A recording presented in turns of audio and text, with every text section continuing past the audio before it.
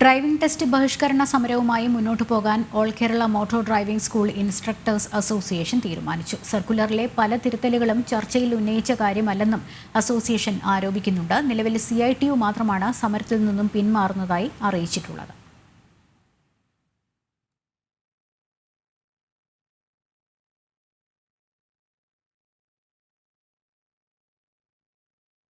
തിരുത്തിയ ഉത്തരവുമായി മുന്നോട്ടു പോകാൻ കഴിയില്ലെന്നാണ് all Kerala motor driving school instructors association അറിയിക്കുന്നത്.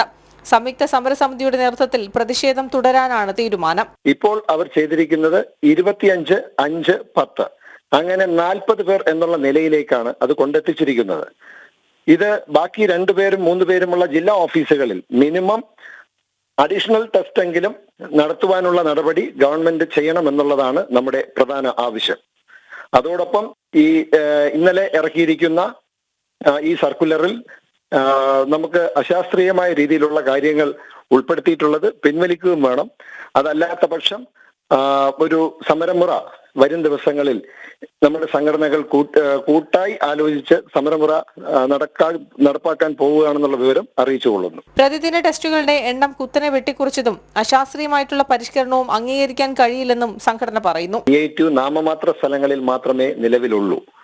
അവർക്ക് ഈ വന്ന നമ്മുടെ ചാനൽ ചർച്ചയിലും ഒക്കെ ഇരിക്കുന്നവർക്ക് യഥാർത്ഥത്തിൽ ഡ്രൈവിംഗ് സ്കൂളുകൾ പോലും ഇല്ല. അവർക്കിതിന്റെ സത്യാവസ്ഥ പറഞ്ഞു കൊടുക്കാൻ പോലും പറ്റാത്ത അവസ്ഥയിലാണ് കഴിഞ്ഞ കുറച്ച് ദിവസങ്ങളായി ഞങ്ങൾ ഇത് കണ്ടുവരുന്നത്. നിലനിൽപ്പിന്റെ ഭാഗമായിട്ടാണ് CITU സമരത്തിൽ നിന്നും പിന്മാറിയത്.